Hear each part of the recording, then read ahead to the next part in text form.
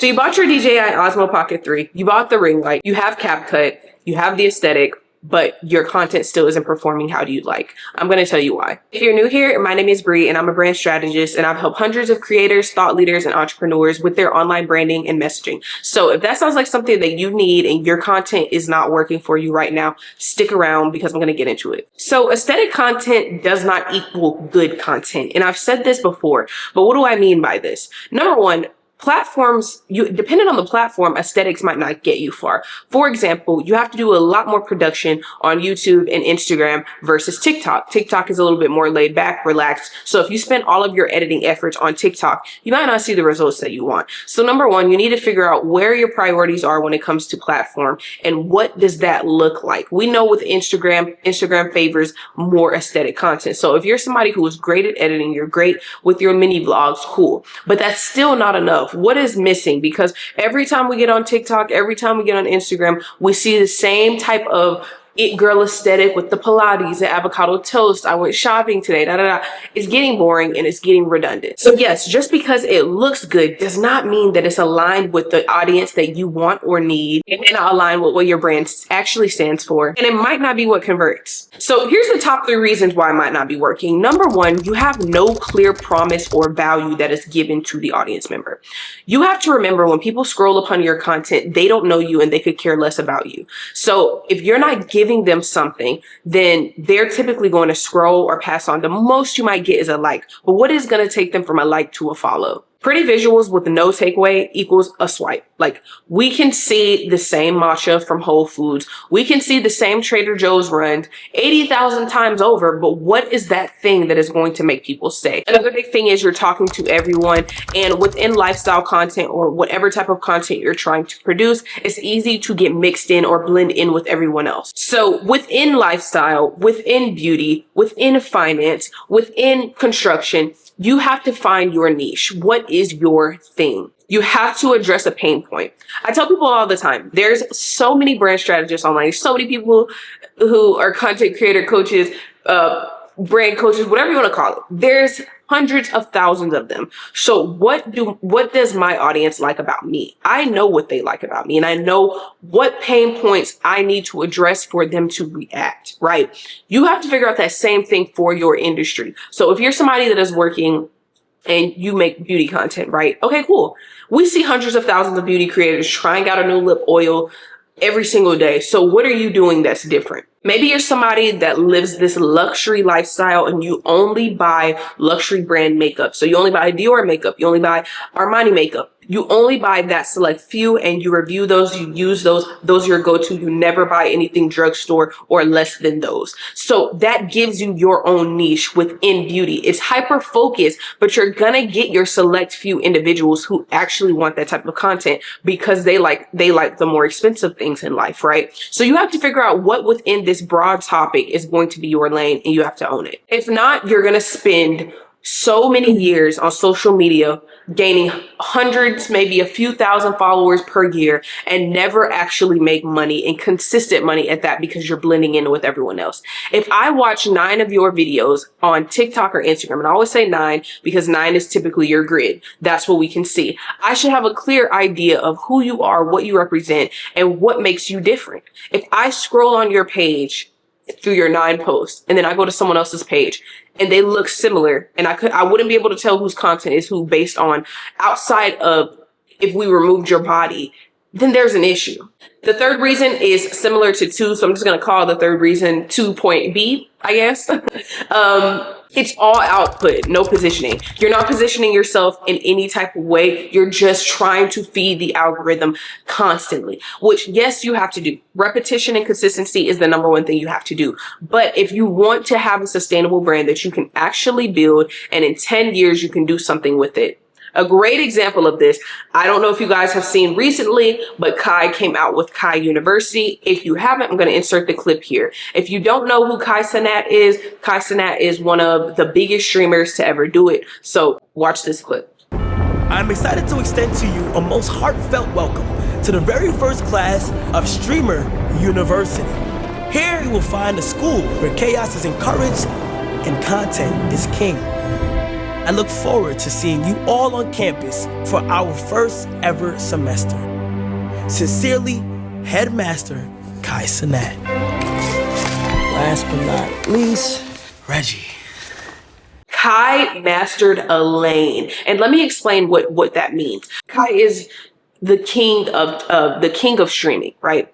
Since content creation is more saturated than streaming is somewhat of a newer thing. We weren't really watching streams like that 10 years ago. We might watch YouTube videos or vlogs or those things, but we weren't watching streams like that 10 years ago. This is fairly new, so he's dominated it for himself.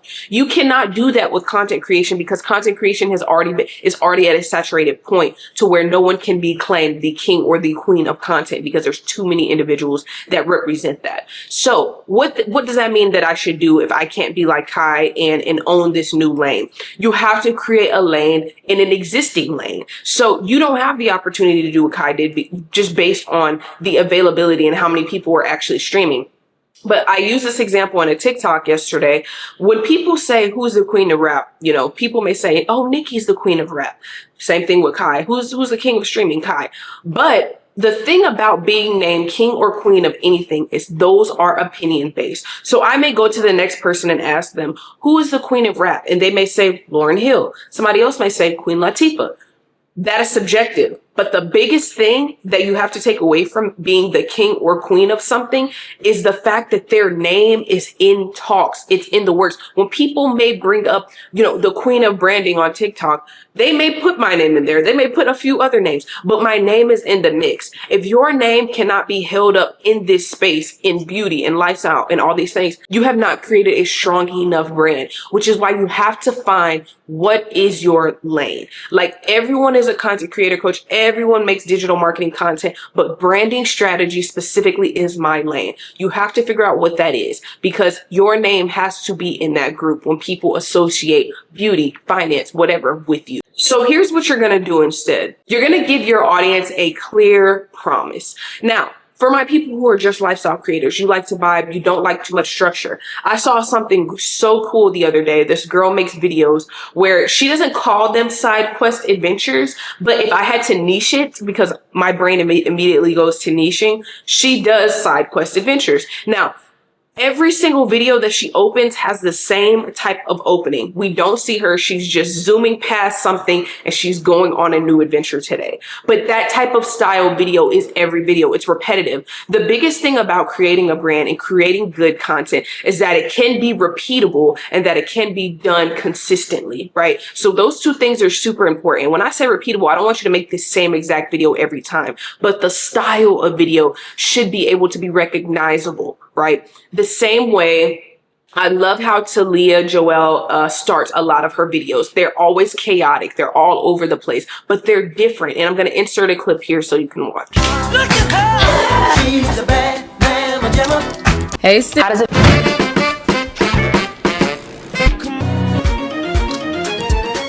It's so different. Every video is different, but they're still the same. And we know it's her based off of how her intros are. You have to speak to pain points.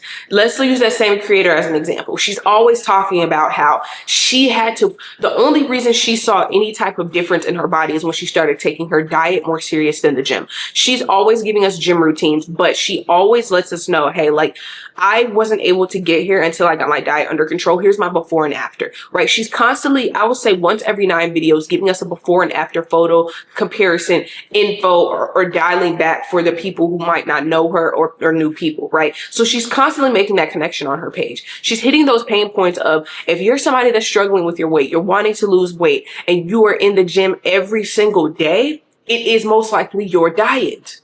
Right? So we know what the pain point is that she's addressing. It has to include good storytelling solutions and positions. Storytelling is going to make or break your channel.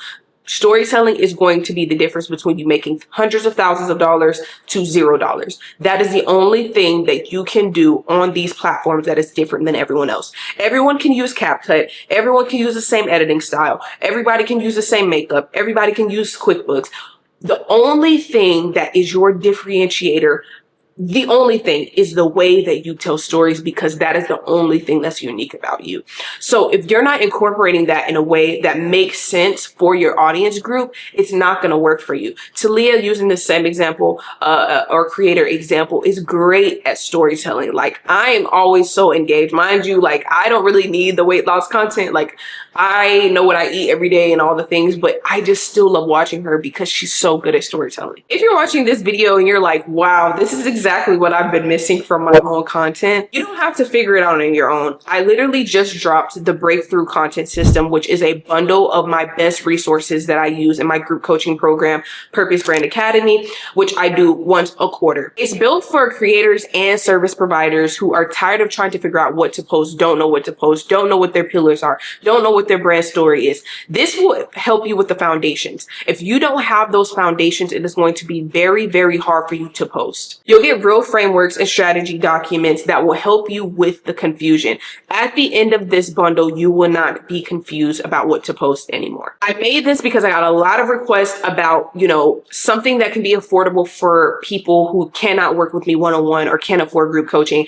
And I really spent my time in this because I want you to be able to use this, take it, DIY it, and you don't ever have to use me again. Now, there will be instances, some people are just like, I need the hands-on help. Cool. But this product is something that you will not need my help after this. You should have a firm foundation and understand what's been missing. That will be linked down below for you. And if you thought this was a good video, please make sure to give a thumbs up and drop the secret emoji in the comment section. If you're new here, make sure you subscribe, and I will be back next week with another video. Bye.